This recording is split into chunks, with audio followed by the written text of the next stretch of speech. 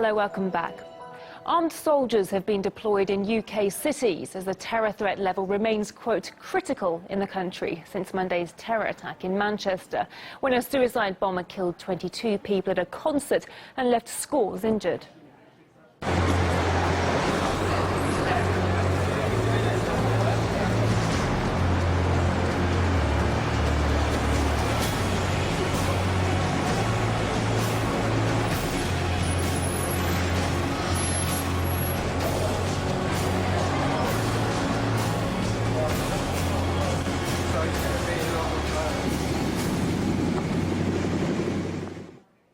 Security is high across the entire country.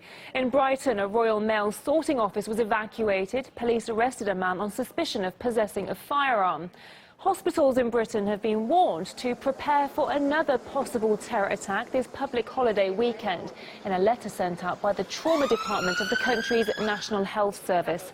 RT's Polly Boyko has been asking people in London about the security concerns.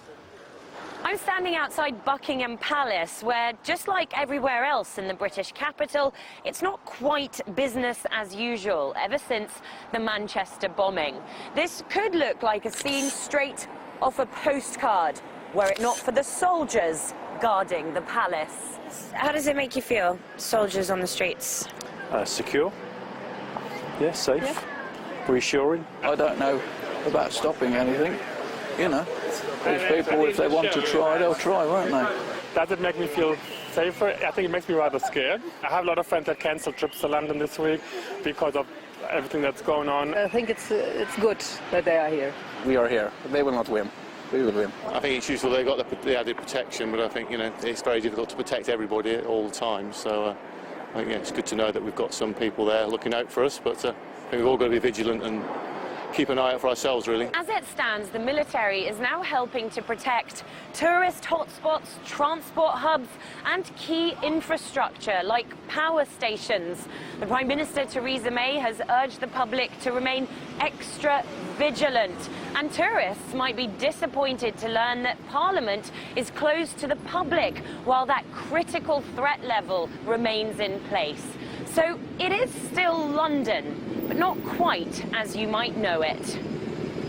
With the investigation still ongoing, British police are now hunting a possible terror network linked to the suicide bomber. 8 people are already in custody in connection with the atrocity. And the family of the suspect, Salman Abedi, is also being investigated. His younger brother and father have been arrested in Libya, with his father believed to have been part of a terror group in the 2011 Libyan civil war, while Abedi's older brother is in custody in the UK. RT's Murad Gazdiev has the details.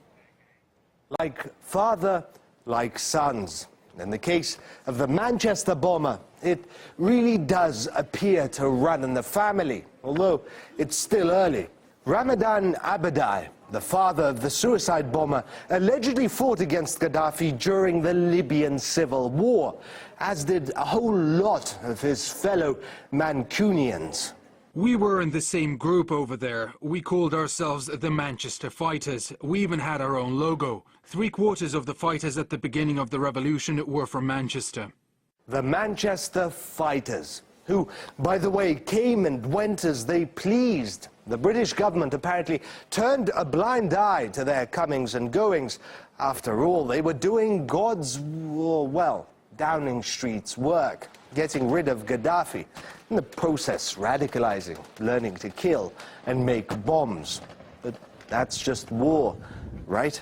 They have British passport, they become British, some of them they become British, they can freely go to Libya. After that, they still going and coming back to Europe. So they have full freedom to move from Libya to United Kingdom and vice versa. It gets worse.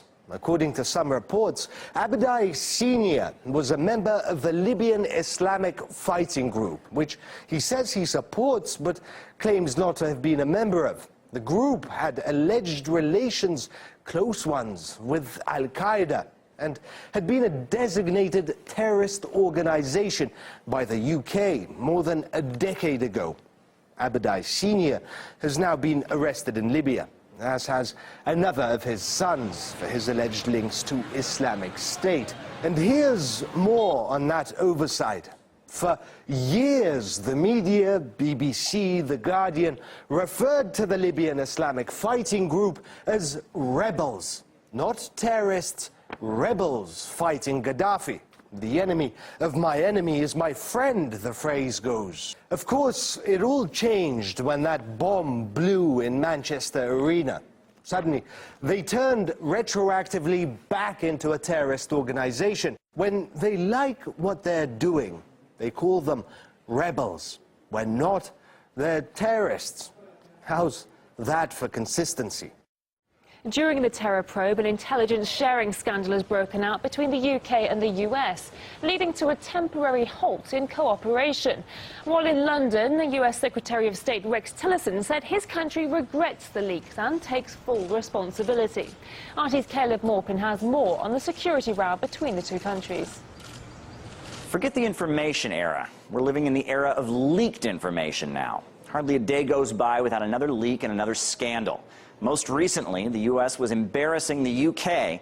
by sharing the name of the Manchester bombing suspect with the media before London had given the okay. Theresa May was livid. I will be making clear to President Trump today that intelligence that is shared between law enforcement agencies must remain secure.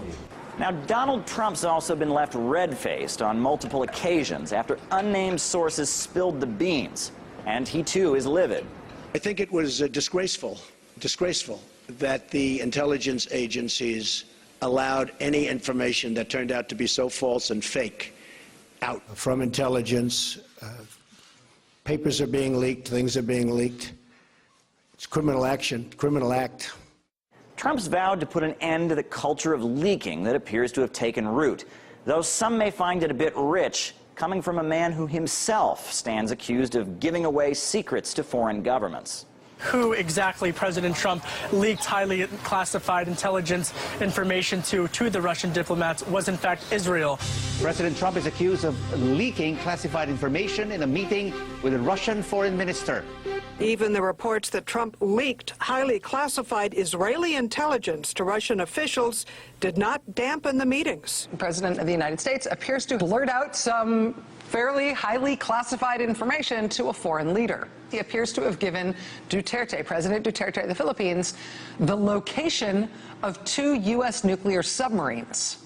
Now, some of those foreign governments, in their turn, stand accused of stealing and then sharing sensitive data. It's time to call out WikiLeaks for what it really is: a non-state hostile intelligence service often abetted by state actors like Russia. The site says it's sitting on more than 50,000 emails belonging to Democratic presidential nominee Hillary Clinton and her staff. That includes Clinton campaign chair John Podesta, who's not denying the authenticity of the emails, but is blaming a foreign government for the hack. Scandal sells. With so many scandalous leaks about, the media is having a field day. Go down that logical road. There's a lot of unsubstantiated sources on there. Why aren't you reporting all of your unsubstantiated sources? We are now in a media environment where you have to engage. It is appropriate to tell your audience and to respect the fact that they can say this looks like nonsense. The art of fact-checking, it seems, has been well and truly forgotten. These days, it's just enough to cite senior White House officials or top intelligence officers or sources close to an investigation or whatever. Actual evidence, that's so passé. The question that a lot of people are facing right now is, why the deluge of leaks? What's the difference between a leak and a hack? And what am I supposed to do when I hear of the leaks? And the million-dollar question, the question that's never asked, which I think is the most important, is not whether there was a leak, but was the information contained in the alleged leak correct? Is it authentic? Is it true? Today, we don't even get to what is contained in the alleged leak story. We just talk about how it was obtained, whether it was obtained legally or purloined. With leaks so readily confused with facts these days, to survive in a new era, you've got to do all you can, just not to drown in information.